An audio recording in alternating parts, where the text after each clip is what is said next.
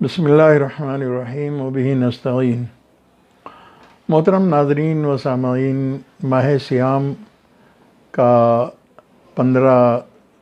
روزہ پورا ہو گیا ہے اور اب نصف رمضان باقی رہ گیا ہے۔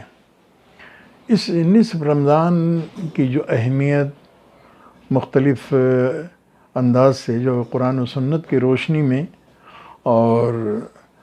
دینی اور شرعی ہدایات کے تحت جو ہمیں اور آپ کو چیز بتائی گئی ہے، آج میں چاہتا ہوں کہ اس میں سب سے اہم تر مسئلہ ایک یہ ہے کہ انسان جب روزہ رکھتا ہے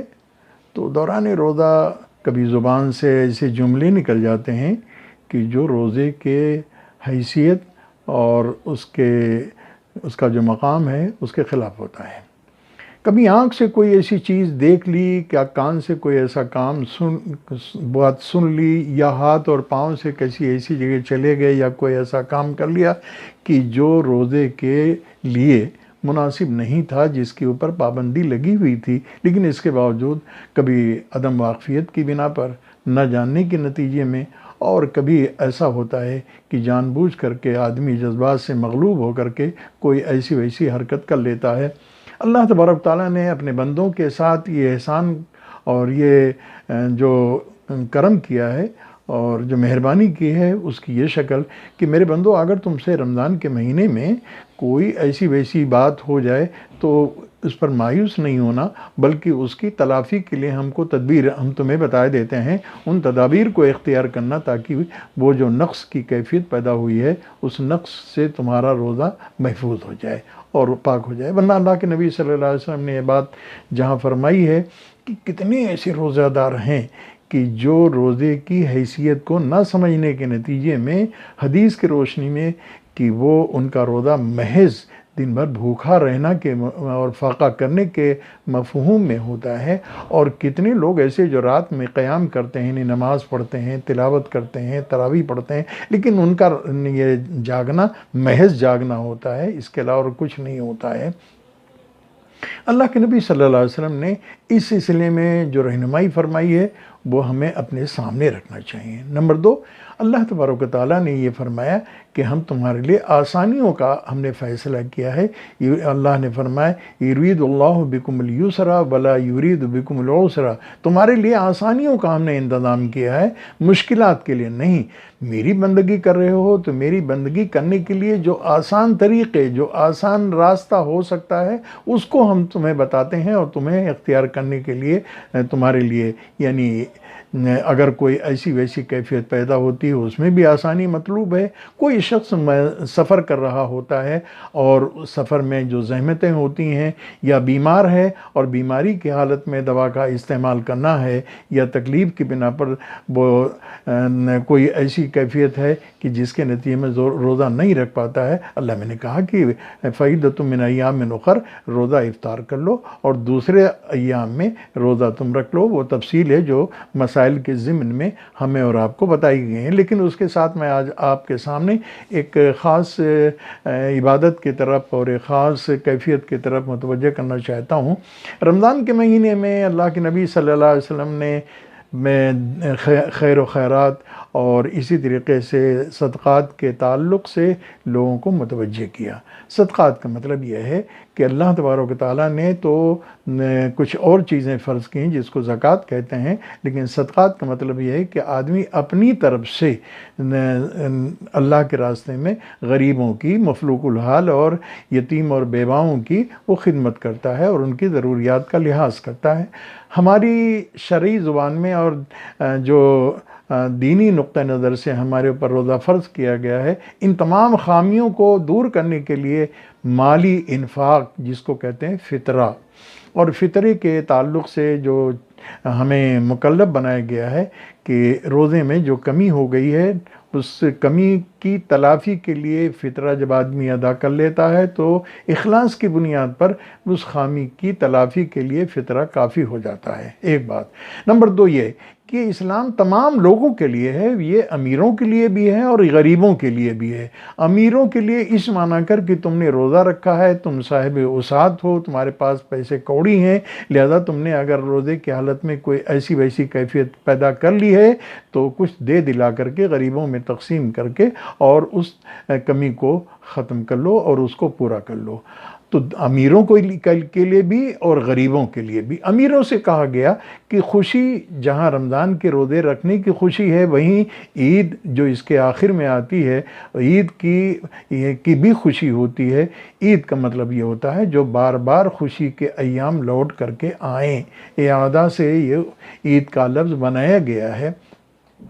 اس کا مطلب یہ ہے کہ غریبوں کو دے کر کے ان کو بھی خوش کرنا ہے۔ اگر ان کے ہاں کھانے پینے کا انتظام نہیں ہے، ان کے یہاں اگر دوا علاج کا انتظام نہیں ہے، اگر ان کے یہاں بچوں کو کپڑا عید کے دن خوشی منانے کے لیے نئے کپڑا بنانے کا انتظام نہیں ہے، مال دولت سے کہا کہ فطرہ تم ادا کرو تاکہ ان کے یہاں بھی خوشی کا ماحول ہو، اس لیے کہ یہ رمضان کا مہینہ خوشیوں کا مہینہ ہے، یہ غم کا مہینہ نہیں ہے، یہ پریشانی کا مہینہ نہیں ہے۔ اسی لیے اللہ کے نبی صلی اللہ علیہ وسلم اور دور صحابہ میں یہ اس کا رواج تھا ہی نہیں بلکہ قانونی انداز سے، شرعی نقطہ نظر سے اس کی اہمیت بتائی گئی کہ ہر شخص فطرہ ادا کرے۔ اللہ کے نبی صلی اللہ علیہ وسلم کے زمانے میں جو فطرہ ادا کیا جاتا وہ فطرہ ادا کیا جاتا تھا کھجور سے، کشمش سے، پنیر سے اور جو سے، جو عام طور پر گھروں میں استعمال کرتے تھے۔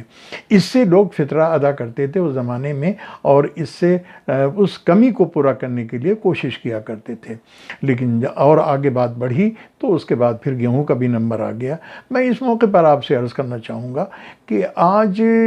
اس بات کے لیے کوشش کی جاتی ہے کہ علماء کرام نے فطرہ ادا کرنے کے لیے جو مقدار متعین کر دی ہے، 2.25 سیر گیہوں، تو ایک تو گیہوں کو معیار بنا لیا گیا۔ اگر کسی کے ہاں دولت ہے اور وہ کھاتا پیتا آدمی ہے، رمضان میں پیسہ خرچ کرتا ہے، تو کیا ضروری ہے کہ آدھا سا گیہوں کی قیمت ناپ کر کے وہ غریبوں میں صرف کرے؟ نہیں، بلکہ وہ اگر اس موقف میں ہے کہ وہ 1 سا کشمش دے سکتا ہے، 1 سا کھجور دے سکتا ہے، 1 سا 3.5 کلو 4 کلو یا 4 کلو وہ پنیر اللہ کے راہ میں دے سکتا ہے فی کس کے حساب سے، یا جو دے سکتا ہے، مختلف اجناس سے جو فطری کی رقم ادا کی گئی، ظاہر ہے کہ مختلف طبقات، مختلف حیثیات کے لوگوں کے لیے اللہ کے نبی صلی اللہ علیہ وسلم نے اسلام ایک نظام رحمت ہے، پانے والوں کے لیے بھی نظام رحمت ہے، دینے والوں کے لیے بھی نظام رحمت ہے۔ اگر تمہارے پاس سرمایہ زیادہ ہے کشمش دو، اگر تمہارے پاس اور کم ہے کھجور سے دو، اگر اور اس سے کم ہے پنیر سے دو، اور کم ہے تو اس کے نتیجے میں جو سے ادا کر دو، تو اور اس کے ساتھ ساتھ گیہوں۔ لیکن آج اتفاق یہ ہے کہ اس سلسلے میں نہایت مضبوطی سے تھام لیا گیا ہے کہ جو اللہ کے نبی صلی اللہ علیہ وسلم کے زمانے میں نہیں ہوتا تھا، گیہوں ہی کو معیار بنا لیا گیا ہے۔ میں سمجھتا ہوں کہ اس کے بجائے اللہ کے نبی صلی اللہ علیہ وسلم نے فرمایا کہ مستحقین کو زیادہ زیادہ فائدہ جس میں ہو وہ طریقہ اختیار کیا جانا چاہیے۔ زیادہ زیادہ جس میں جو ان کے پاس پیسے پہنچیں، ان کے مانگے بغیر، ان کے طلب کیے بغیر، لائن میں لگے بغیر فطرے کی رقم ان کو دینا چاہیے۔ نمبر 2 یہ ہے کہ فطرے کی رقم سے میں جو غریب عوام کی مدد کرنی چاہیے، لیکن ایسی شکلیں نہیں بننی چاہیے کہ کسی خاص مد میں، یعنی یہ صرف مدرسے میں جائیں گی یا اسی طریقے سے ایک شہر کی فطرہ دوسرے شہر میں چلا جائے گا۔ نہیں، جس شہر میں وہیں وہ غریبوں کو تلاش کر کے۔ آج ہمارے ہاں طریقہ یہ ہے کہ جو مالدار ہیں وہ اس بات کے منتظر ہیں کہ جب ان کے دروازے پر مستحقین کی لائن لگے گی تو وہ زکوٰۃ یا خیرات یا صدقات یا فطرہ جو بھی ہے مالی انفاق وہ دیں گے۔ نہیں، بلکہ وہ